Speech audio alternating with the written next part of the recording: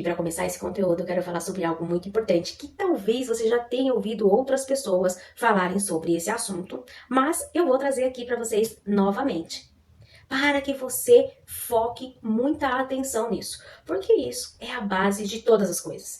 E a primeira coisa que eu quero que você entenda é que existe um enorme poder criador no pensamento. O próprio Einstein já dizia que a imaginação é muito mais importante do que o próprio conhecimento.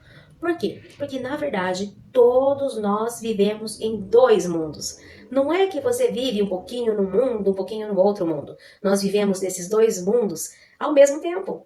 Ao mesmo tempo. E esses dois mundos, eles se dividem entre o mundo interior e o mundo exterior. O mundo interior é o mundo da causa. O mundo exterior é o mundo do efeito, da consequência. E os dois mundos vão se retroalimentando. A causa e a consequência. A consequência reforça a causa e assim nós entramos num ciclo vicioso que nos leva aí ao sucesso ou à mediocridade. E o que é mundo interior? O mundo interior é o seu pensamento. E não só aquilo que você pensa, mas todo aquele conjunto de conhecimento que você tem no seu subconsciente e que acaba gerando o seu conhecimento até hoje. E eu vou falar mais sobre isso mais pra frente nos outros vídeos. Mas agora eu quero que você entenda isso, que existe o mundo interior, que é o mundo dos seus pensamentos, das suas emoções, e o mundo exterior, que é o mundo do efeito, o mundo das consequências da sua realidade e desse contexto que você está vivendo. E tudo que você cria na sua realidade, na verdade, você cria em dois níveis, no nível mental e no nível físico. O mental, ele sempre vem primeiro. Primeiro, você cria as coisas na sua mente, na sua cabeça, você imagina e depois você acaba criando elas ou não na sua realidade. Então, eu quero falar para você de uma maneira muito prática, usando aí o exemplo da criação e da construção de uma casa, de uma cadeira. Tudo que o ser humano cria, uma cadeira, o óculos que você está vendo aqui, esse colar, essa blusinha, esse botão, tudo que o ser humano cria, primeiro ele cria isso na mente, no pensamento. E depois ele tira isso do pensamento e traz para a realidade. Se você quer criar, construir uma casa, fazer uma planta de uma casa, o que você faz? Você começa a colocar um tijolo, depois outro tijolo? Não. Primeiro você começa a pensar. Você pensa nos mínimos detalhes, o tipo de casa que você quer.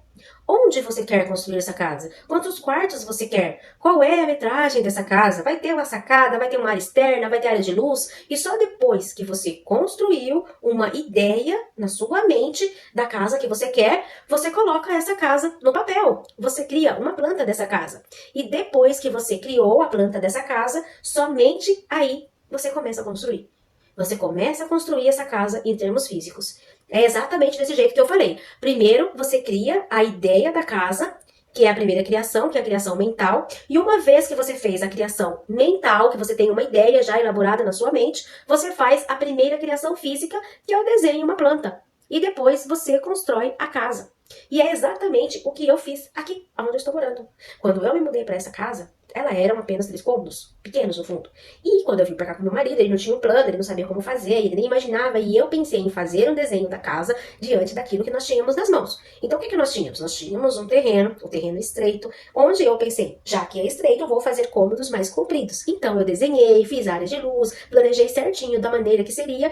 E a princípio ele até não concordou muito, não. Foi fazendo uma mudança aqui, uma mudança ali, mas saiu o rabisco no papel. E essa casa, ao passar do tempo, se concretizou. Tudo na vida é assim.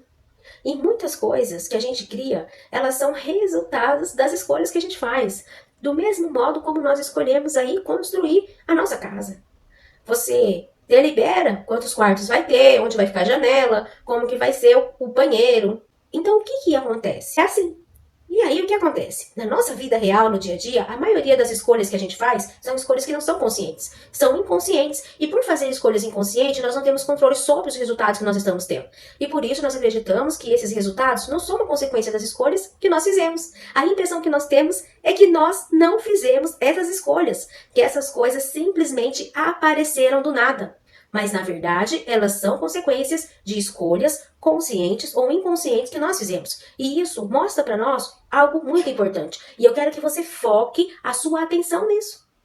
O mundo interior, ele é muito mais poderoso e muito mais importante do que o mundo exterior. Porque a maioria de nós não gostamos dos resultados que nós temos. Nós queremos mudar os nossos resultados. E para isso nós acabamos focando no resultado externo.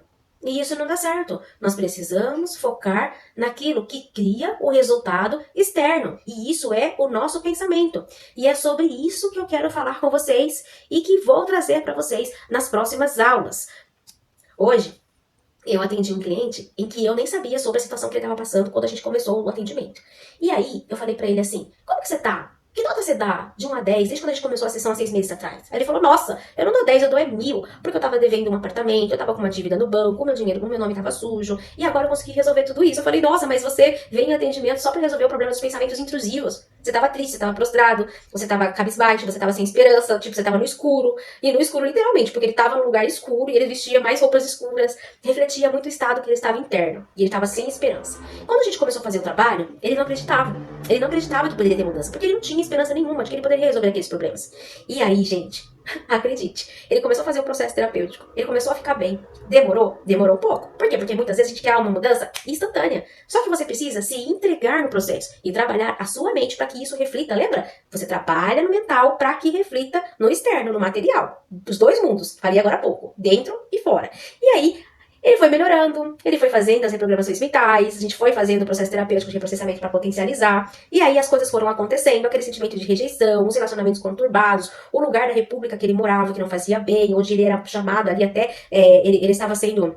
Ele não era homossexual, mas ele estava sendo chamado de homossexual, porque o pessoal não via, os rapazes, né, não via ele com outras moças. Então aquilo chateava ele, porque se ele fosse, estava tudo bem, mas ele não era, então aquilo deixava ele magoado. E aí eu fui trabalhando isso com ele e mostrando pra ele qual era o conceito do que as outras pessoas pensavam sobre ele. E aí ele foi evoluindo. Eu sei que ele se permitiu, na terceira sessão, a mudar de ambiente, porque ele entendia que o ambiente influenciava muito no que ele era.